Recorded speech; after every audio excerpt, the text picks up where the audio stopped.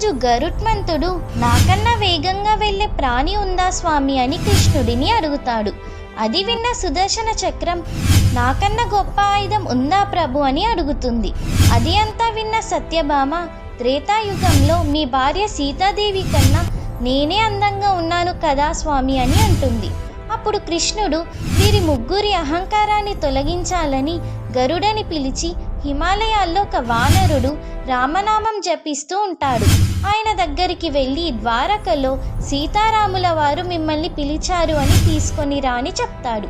సుదర్శన చక్రం పిలిచి ద్వారం దగ్గర ఉండి ఎవరిని లోపలికి రానివ్వకు అని అంటాడు. అలాగే సత్యభామని పిలిచి రాణిలాగా రెడీ అవ్వమని చెప్తాడు. గరుడ వెళ్ళి చెప్పగానే హనుమంతుడు గరుడ కన్నా వేగంగా కృష్ణుడి దగ్గరికి వస్తాడు. వచ్చాక ద్వారం దగ్గర నిన్ను ఎవరు ఆపలేదా అంటే ఒక చక్రం ఆపింది స్వామి, కానీ యుద్ధం చేస్తే మీ దగ్గరికి లేటుగా వస్తా అని మింగేశాను. ఇంతకీ ఈ చెలికత్త ఎవరు స్వామి, సీతామాత ఎక్కడా అని అడుగుతాడు. అలా ఆ ముగ్గురి అహంకారాన్ని హనుమంతుడి ద్వారా అణిచివేస్తాడు.